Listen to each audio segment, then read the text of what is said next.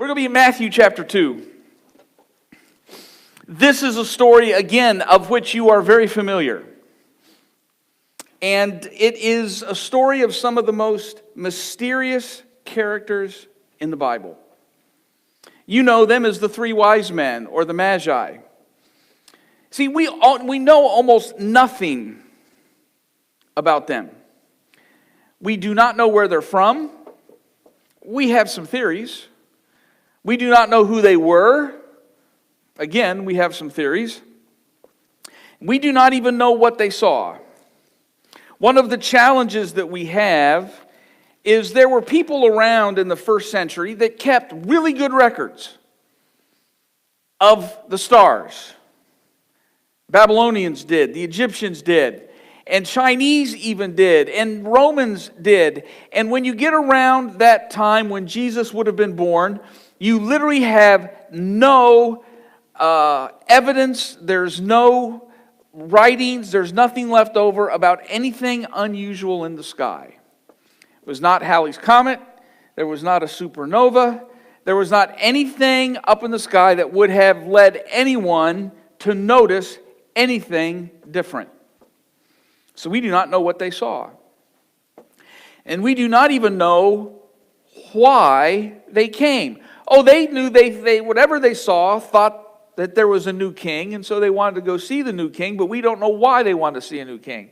Were they representing the government? Did they do this on their own? Were they looking for some personal favor later? Maybe they get in with the family early, and later when this person takes power, they have some benefit that comes to them. We just don't know. But I will say they're included in the biblical story for a reason. And perhaps there are a few lessons we can learn from their story. Starting with chapter 2, verses 1 and 2, and then I'll be going down to verse 7, and 7 through 12. After Jesus was born in Bethlehem in Judea, during the time of King Herod, Magi from the east came to Jerusalem and asked, "Where is this one who has been born King of the Jews? We saw his star in the east and have come to worship him." Now down to verse 7. Then Herod called the Magi secretly and found out from them the exact time the star had appeared, and he sent them to Bethlehem and said, "Go make a careful search for the child.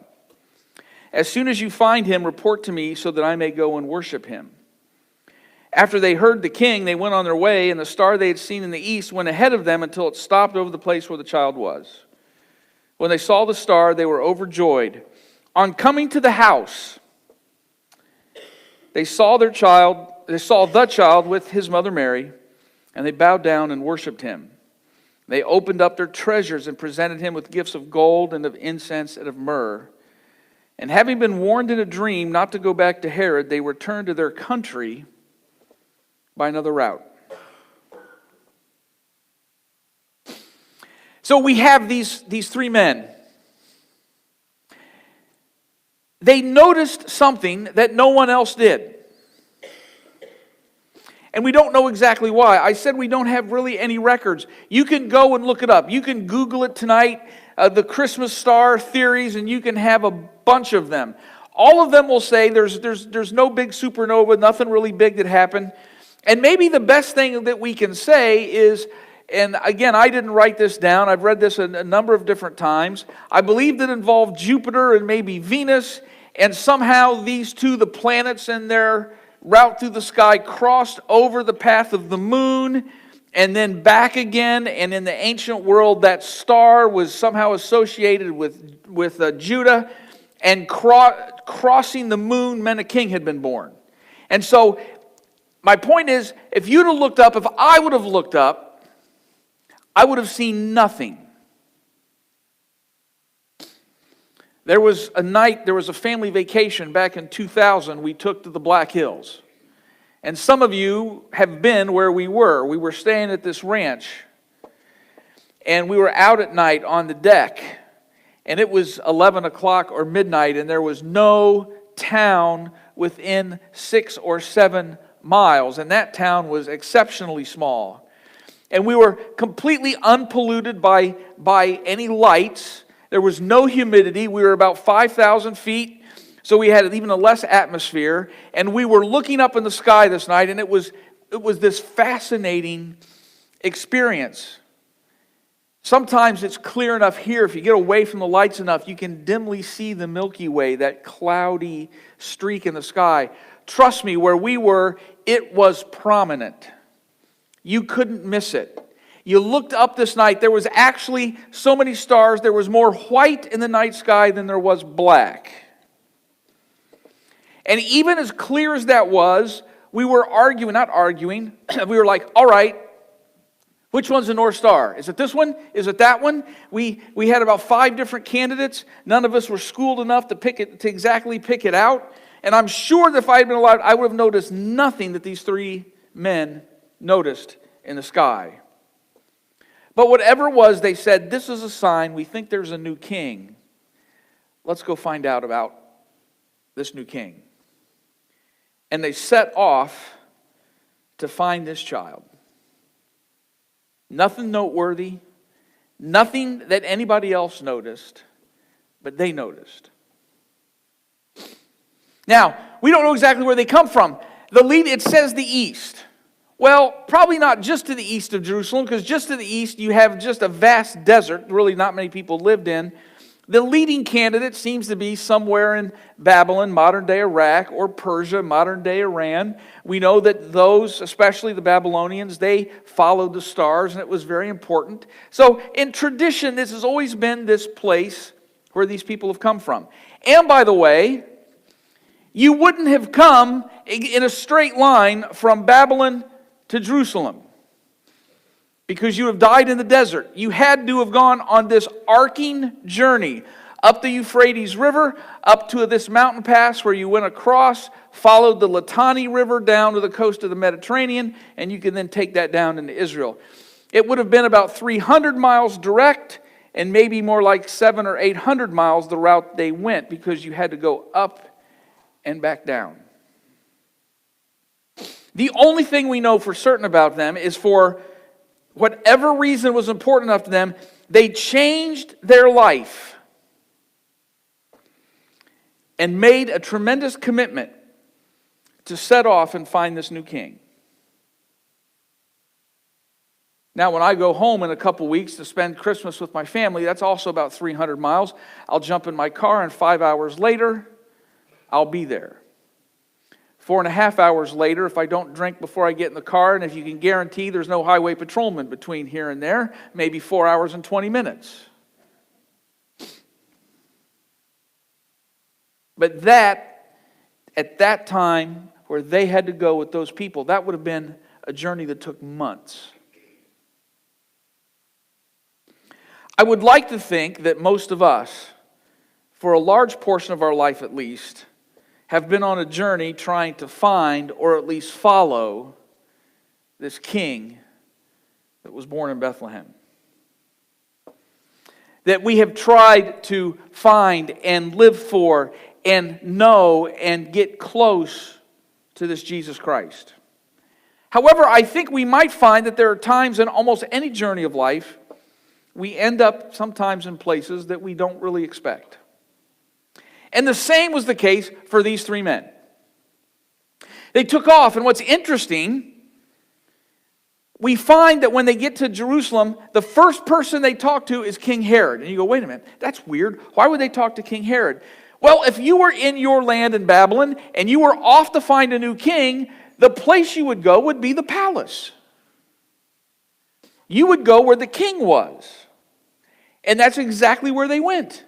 They went to where King Herod was and said, hey, we've heard this great news that a new king of the Jews has been born. Where is he? And King Herod went, well, that's very interesting. I'm not sure myself. And I'm sure King Herod said, but you know what? I want to find this new king too, so we can just honor this king. So why don't you 3, you go find him? And then you tell me about him. Now, King Herod's motives weren't as pure as the 3 wise men. I'm sure King Herod wanted to find out where this new king was so that he could eliminate the threat. But I'm sure he ingratiated himself to these 3 visitors, maybe honored them, had a banquet, maybe a feast, showered them with gifts. Maybe they felt very important and they went on their way. Now, I'm not sure about the process, about they followed the star went ahead of them and stopped over the place. I don't know what all that describes. But it says they found their way to the house. This is later. This is after the birth. Jesus is 1 or 2 or 3. And these men find themselves not in Jerusalem, not at any palace. They find themselves in Nazareth. They found themselves in an average home in a small town. Now, I know you're going to hear all kinds of stories in the next couple weeks about poor, destitute, homeless Jesus. Homeless Mary and Joseph, riddled with extreme poverty. That's really not true. And the people that tell that maybe have a little axe to grind. Joseph was a carpenter. The Greek word even means someone that shapes stone, more so than wood. 3 miles away from Nazareth, the brand new town is being built, Sepphoris, by Herod. He wants it to be a capital city. He wants it to have all the latest styles and grand buildings. So if you would live in Nazareth and you were a carpenter, Nazareth was a town, maybe 2,000 to 3,000 people. There's some dispute. And by the way, if you're going to Israel with us in June, we are going to go to Nazareth. And there's a village right outside called Nazareth Village. It's supposed to be a recreation of what the first century Nazareth would have looked like.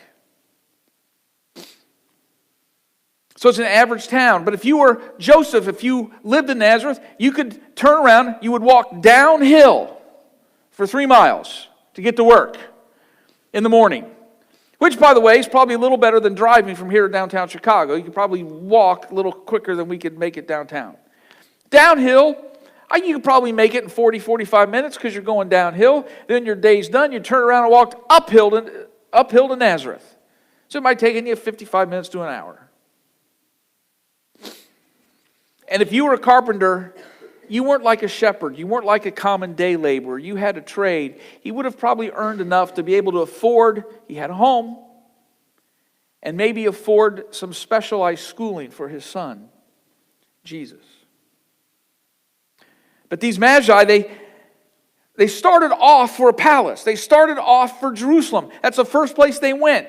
Then they went from there and they find themselves in the middle of this small town. When my wife and I were first dating, we'd been dating about 4 or 5 months. She came home end of January 1984 to meet my family. My church had a college-age group that met, and the weekend we were there, they happened to have an event. And I grew up in a town of 50,000 people that my wife called rural. And this event was, we went to a little town called Caledonia, Ohio.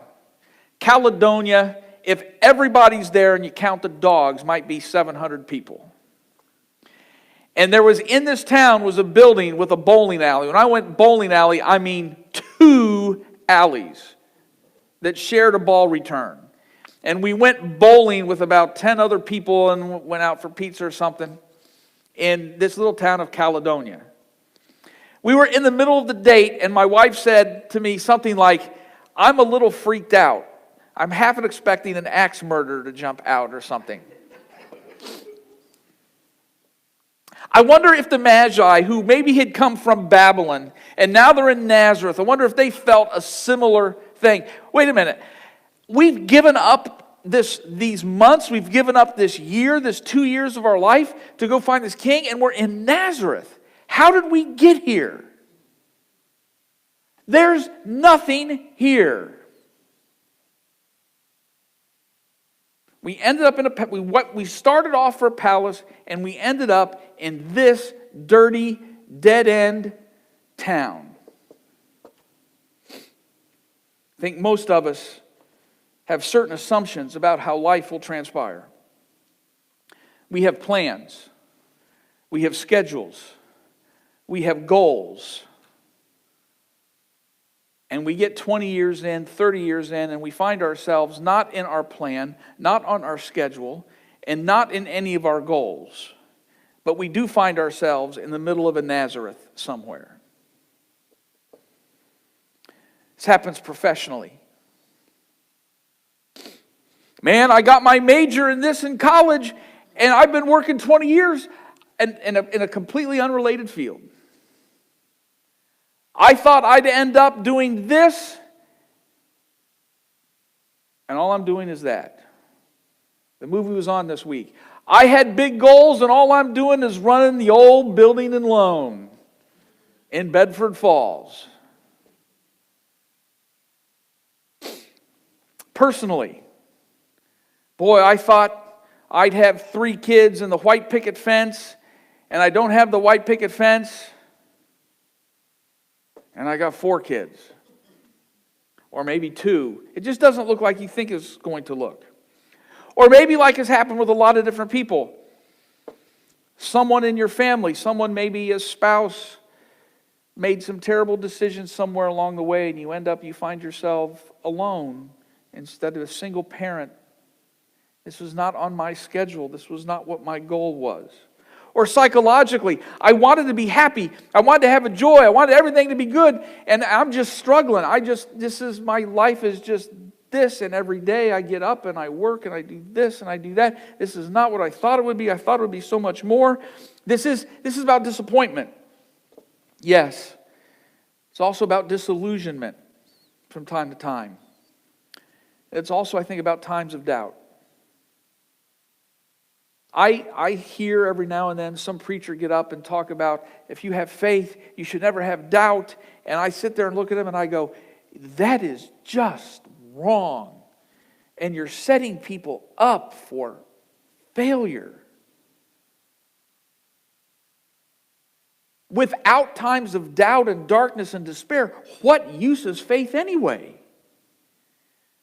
Times of disillusionment and disappointment and even despair are part of life. Has anybody read the Psalms? God, look at this thing I'm in. Why have you let this happen to me? I'm not happy. Take this away. I mean, I'm condensing. That's a Reader's Digest version of about 70 of the 150 Psalms. There are vast periods of life when not everything will be as planned. And big sections of life when not even like we would want. So what does one do in life when we started off for the palace, but we find ourselves in a small town subdivision?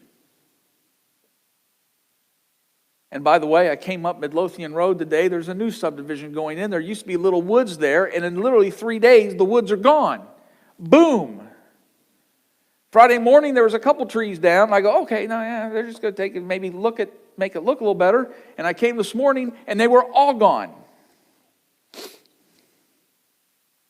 What do we do when we are following Christ wholeheartedly, but we're not in any place that we thought we'd be or any place we even want to be?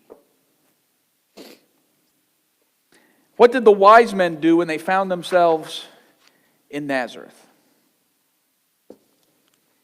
Well, here's where I think this journey that they're on is instructive to all of us. So what do I do now? You ready? This is a little similar to what I said last week. If you're in the middle of a journey and you find yourself not exactly where you thought you'd be, first rule of thumb, don't stop your journey.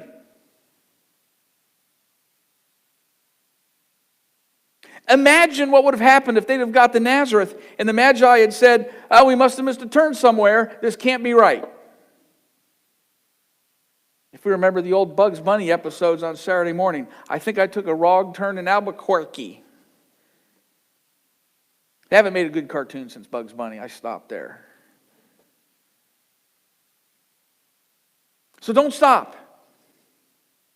Second thing I would say, even if you're in the middle of where you never thought you'd be, you're in a little place you never thought, this is not exactly how you thought life would go. Wherever you are, whatever you're doing, worship Christ where you are. Because I guarantee wherever you are, Christ already is. It says here, they came to the house, they saw the child with the mother Mary, and they bowed down and worshiped him. And they opened up their treasures and presented him with gifts of gold and of incense and of myrrh. I guarantee that most people, when they find themselves in Nazareth, they either stop their journey or they fail to stop and worship Christ. Many times we don't. It's hard to worship when we spend all our time complaining. Wait a minute, this is not where I want to be. I want to be someplace different. It's hard to find Christ when you're looking over your shoulder at where the palace used to be. I'd rather be at the palace.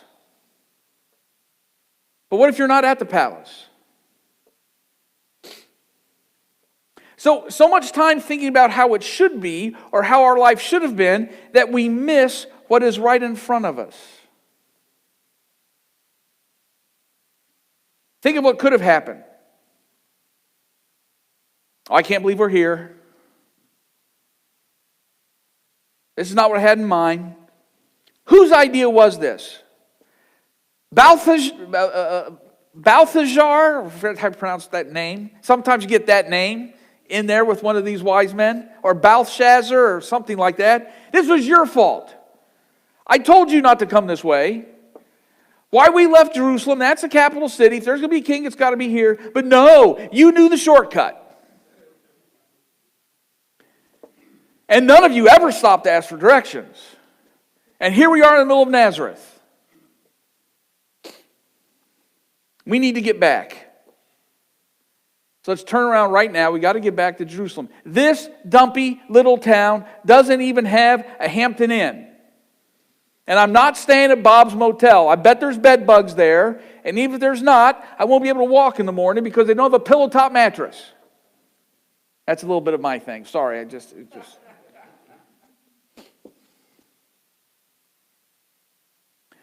We are too important.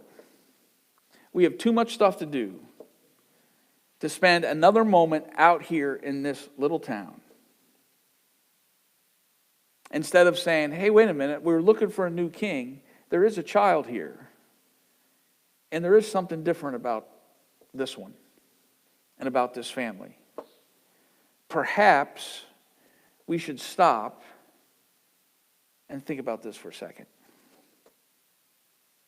So if you're in the middle, if you're in this place, if you're in your own little Nazareth, and we all get there, and you wonder why you're here, and you wonder which way you should have gone, and where you made the wrong turn, and all the thoughts that go through our head, don't stop the journey. Worship Christ, and always stay in a place where you're listening for God's voice. Because God often moves in the most unlikely of places. In fact, if you're looking for where God is at any given moment, the last place I would look is in any hall of power. I don't know if God just avoids halls of power. I don't think so. I think the halls of power avoid God. They got too much stuff figured out on their own. They don't need God. You think you're the first? Do we actually think we're the first people to ever find ourselves in the most unlikely of places? And it's, by the way, it's not anywhere we'd normally be. Think about Ananias. Minding his own business in Damascus. Part of this new church, doing his best to be faithful to Jesus Christ, doing his best to grow the church, and by the way, doing his best to keep a lookout for that guy named Saul of Tarsus, because if he comes into town, life could be getting worse in a hurry. And so he's trying to do his thing and avoid Saul and stay quiet, and then he's praying one day and God says, I got something for you. Yeah, what is it? There's a guy down there I need you to pray with. What's his name? Saul of Tarsus. Hang on just a second. I must be getting something wrong here. Let me just clear this out a little bit. Let's try this again. No, you heard me right. I need you to do this. There's a guy named Philip. Read about him in the book of Acts. Philip wanted a plan. God, I'm ready. I'll go where you want me to go. I'll do what you want me to do. I'm ready to make a difference. Tell me what your plan is. I'll go do it. It's got to be something big. I'm excited. What is it? God says, Philip, here's what I want you to do. Go south. What? Where south? First of all, I've lived in Marshall, Texas. God would never ask me to do that again, but that's a different story. So, he tells Philip, go south. To where? There's a desert road. Go sit by the road. You think I'm making this up? Go sit by the road. And wait. No, that can't be it. There's got to be something I can do. There's got to be some big thing I'm a part of. No, go south to the desert road and just wait. But wait, no one lives in the desert. Just wait. Doesn't tell us how long he waited. But sometime later, he saw a chariot with an official. The Ethiopian government official comes by. Philip talks to him, baptizes him. A whole new part of the church is born because Philip went and waited by the desert road. How about Jonah? Jonah's another good one. Go to Nineveh, and I want you to preach to Nineveh.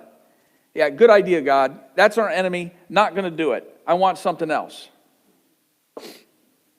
God says, well, okay, but I want you to go to Nineveh, and by the way, I've arranged special transportation.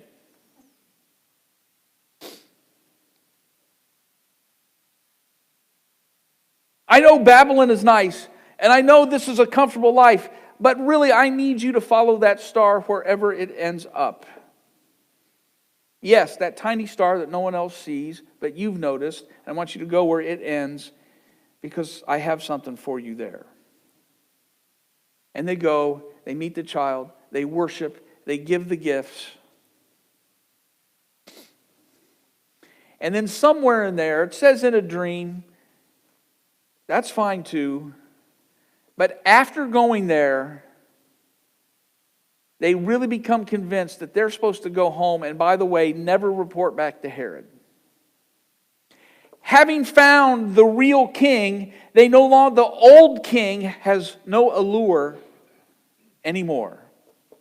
Even though he is in the palace. Even though he does have vastly more things than Mary and Joseph. They listen to God's voice and end up going back a different route.